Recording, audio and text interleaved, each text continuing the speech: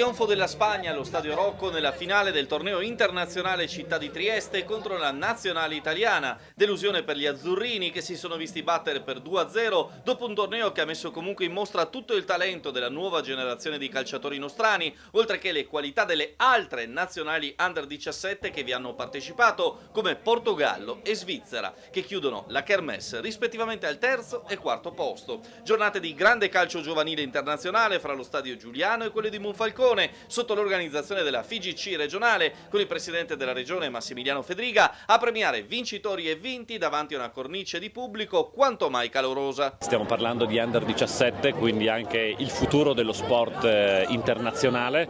ed è bella anche la partecipazione di tanti tra il pubblico, di tanti ragazzi delle nostre società